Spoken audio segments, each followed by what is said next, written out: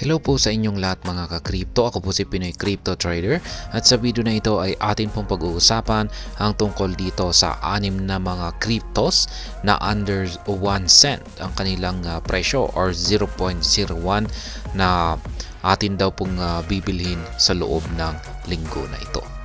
Ayan, here are 6 crypto under 0.01 or 1 cent to buy this week. Yan. Sapagkat syempre ito ay magpapakita raw ng magandang performance. Kaya yan po ang dahilan kung bakit ito ay rini-recommend na tayo ay bumili nito sa loob ng linggo na ito. Kaya yan, bago po tayo magpatuloy ay nais ko lamang po munang bigyang linaw ang aking disclaimer kung saan ang nilalaman po ng video na ito ay hindi po ito isang financial advice. For education and information purposes lamang po ang layunin nito. Maliban po dito ay nais ko na rin pong magbigay babala na wala pong kahit anumang group chat ang Pinoy Crypto Trader.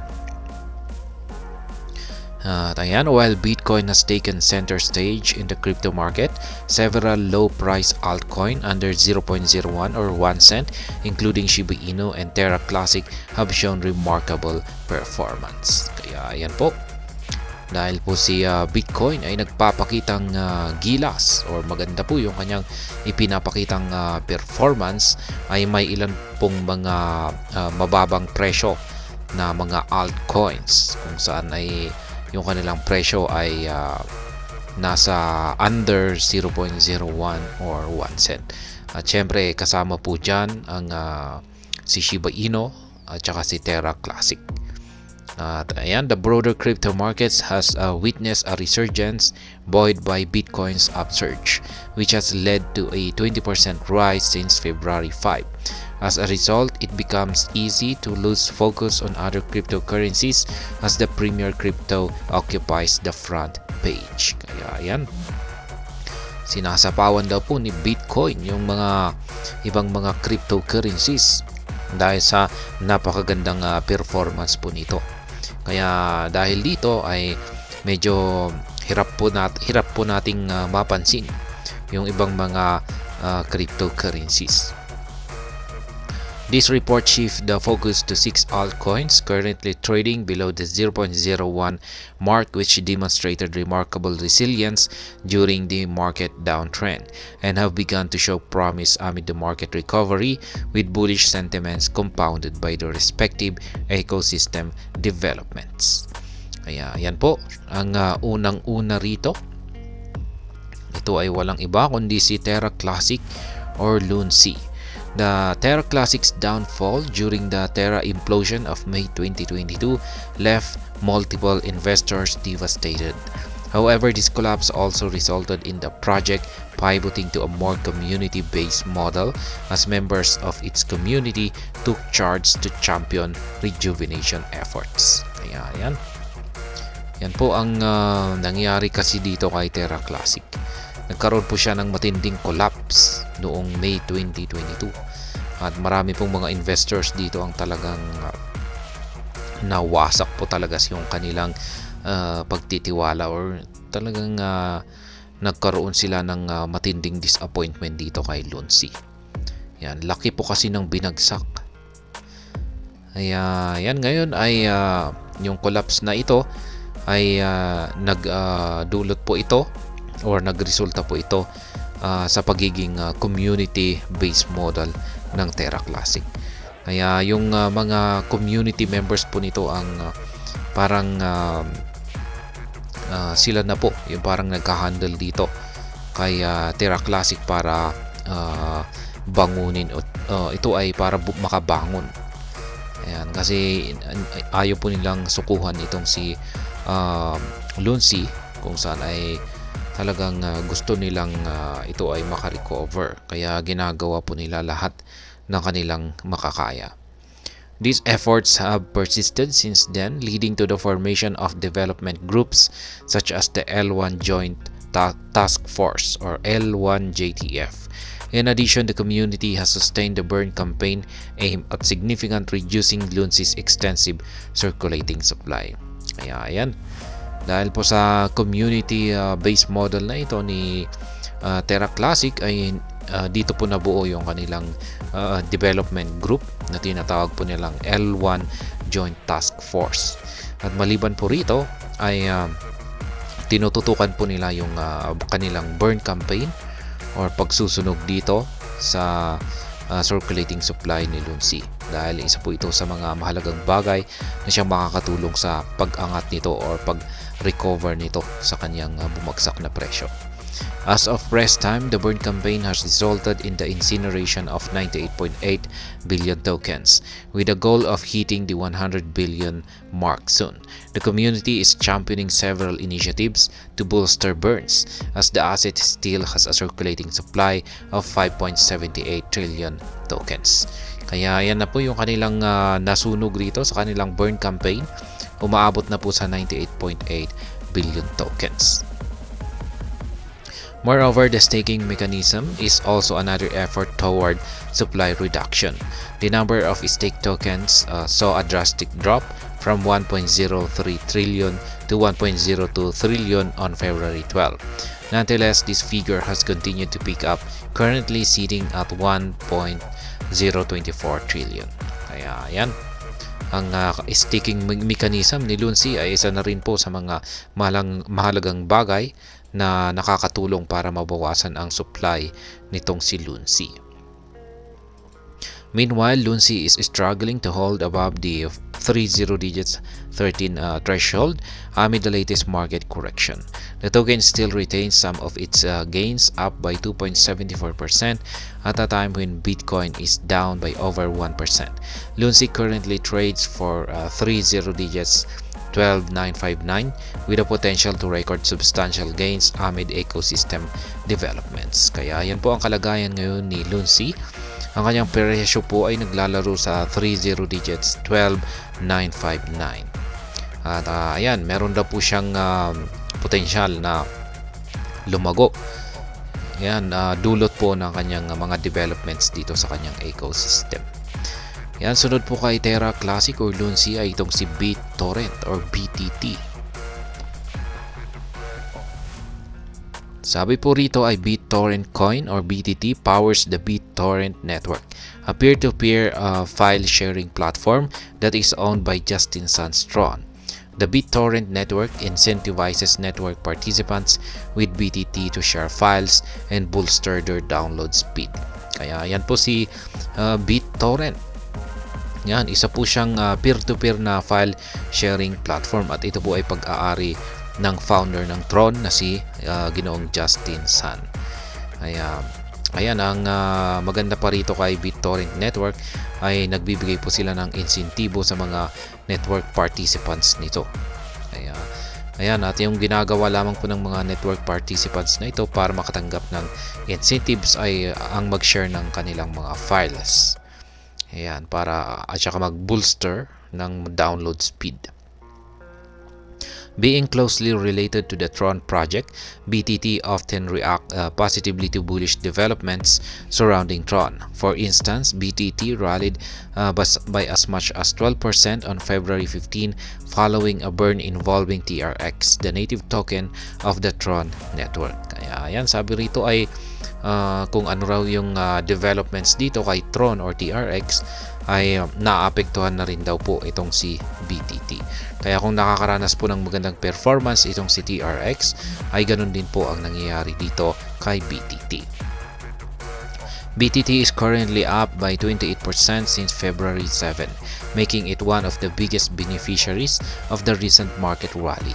The token has shown immense promise in recent times, and bullish developments such as the upcoming BTIP51, which aims to integrate file metadata into blockchain, could help contribute to its uptrend. Kaya yan po yung bullish developments ng BTT, kung saan ay ang tinatawag po nilang BTIP 51 at ito raw po ay siyang posibleng makakatulong sa kanyang pag-angat sa presyo or paglago. BTT currently changes hands at 50 digits 103, down by 1.90% over the past 24 hours. The token is witnessing a steeper correction following a massive surge to the resistance of 50 digits 112 on February 15 amid the TRX burn. Kaya ayan po ang kasalukuyang presyo ngayon ni BTT, nasa 50 digits 103. At syempre ang sunod naman po rito ay itong si Shiba Inu.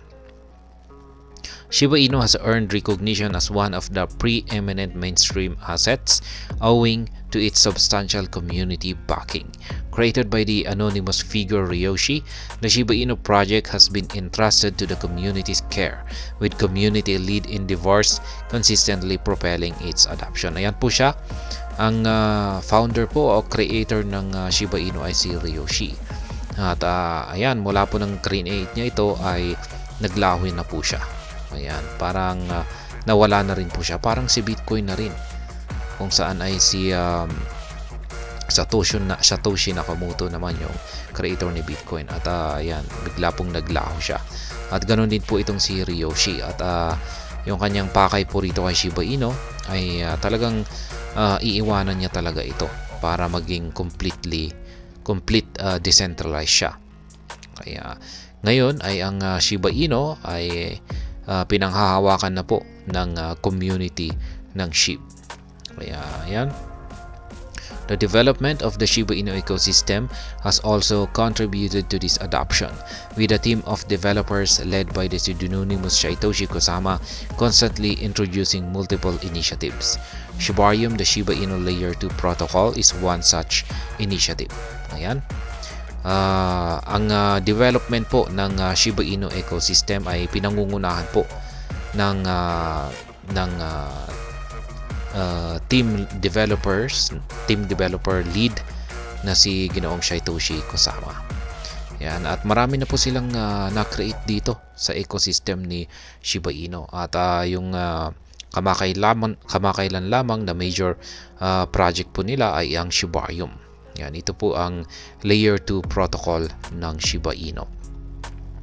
Shibarium has garnered much attention in recent times, boasting a daily transaction count of over 1 million, with a total of 353 million transactions. Shibarium uses 70% of its base transaction fees to burn SHIB and contribute to its deflation.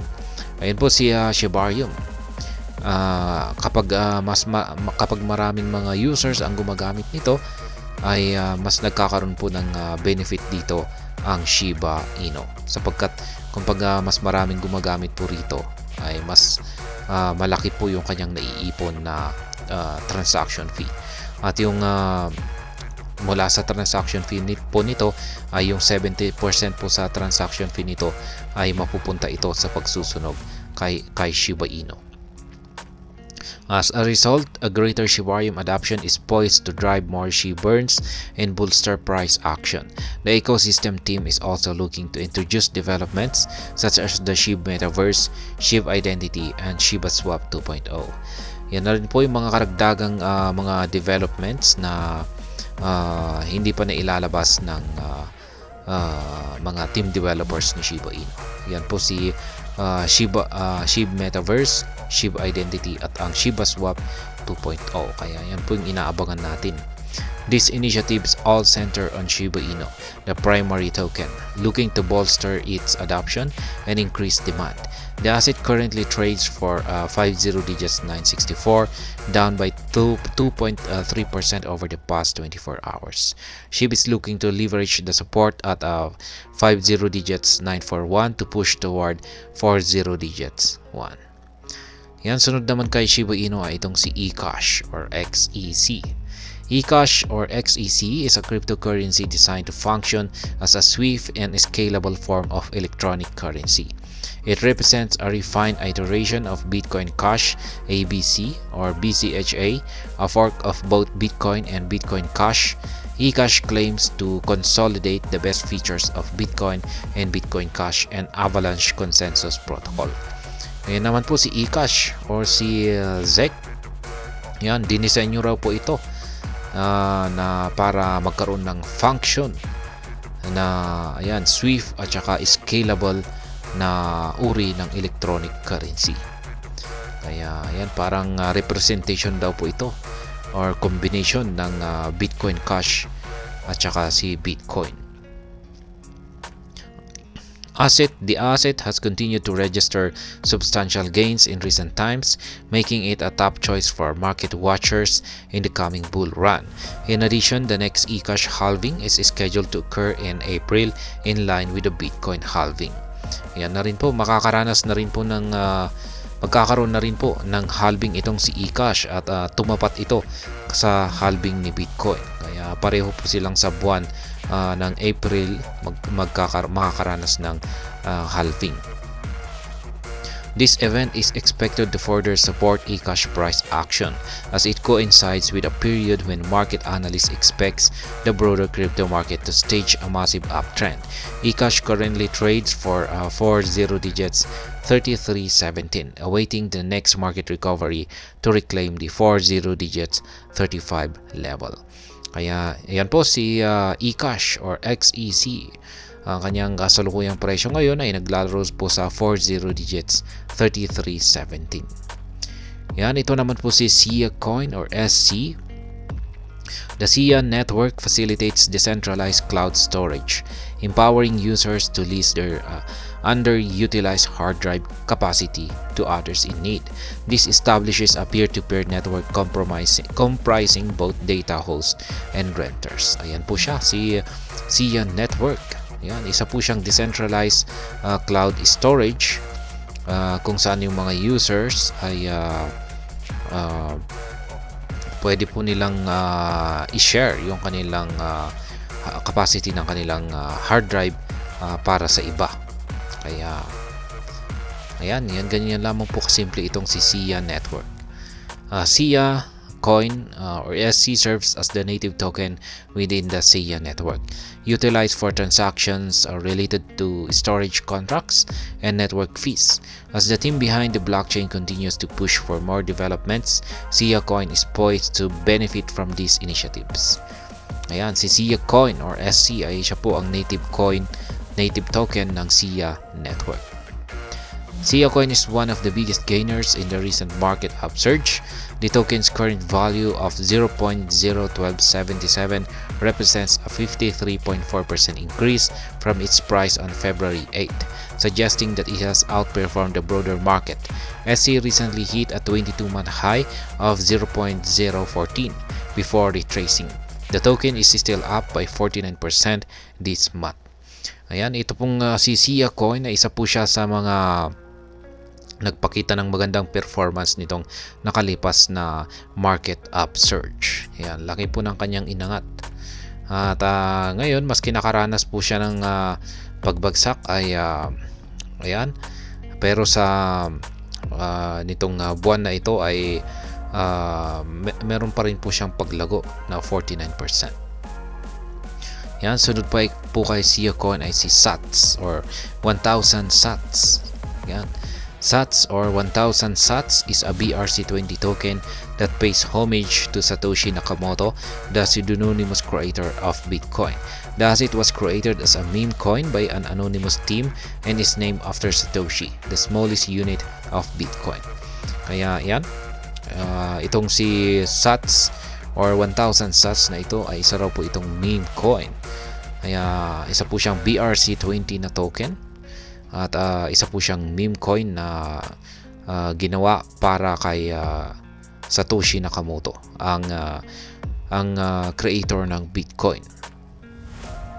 Despite its status as a meme coin, SATS has garnered attention from investors, prompting a Binance listing last December. The asset skyrocketed 170% upon this listing as demand flooded into the market. This incident demonstrated the token's penchant for rapid surges. Kaya yan po si SATS.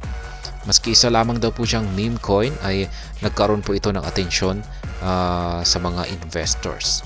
Kaya nagdulot pa ito ng pagkakalista dito kay Binance. At yung kanyang pagkakalista na ito ay ayan, nag-skyrocket po siya ng 170%. Kaya Ayan, SATS is currently bucking the overall market trend, recording a 2.36% gain at a time when BTC is down along with most mainstream tokens. The asset currently changes hands at a 30 digits 52.23, having recently rebounded from the 30 digits 49.77 support. Kaya yan po ang kasalukuyang presyo ni SATS ngayon. Nasa 30 digits 52.23. Kaya yan, narito po ulit yung mga 6 na crypto under 0.01 or 1 cent na magandang bilhin sa loob ng linggo na ito. Yan po si SATS or 1000 SATS, si SIA Coin or SC, si eCash or XEC, si Shiba Inu or SHIB, si BitTorrent or BTT, at si Terra Classic or LUNC. At ayan, hanggang dito na lamang po tayo sa video na ito. Sana po ay inyong nagustuhan ang aking paliwanag dito. Kung inyo po itong nagustuhan ay pakiclick lamang po ang like button nito. Para naman po sa mga bago lamang dito, kayo po ay aking inaanyayahan para mag-subscribe. Pakiclick na rin po ang bell icon nito dahil ito po ang siya magsisilbing notification nito sa mga bago kong videos na akin pong ina-upload sa aking YouTube channel na ito. Maraming pong salamat sa panonood, ingat po tayo lagi at God bless po sa ating lahat.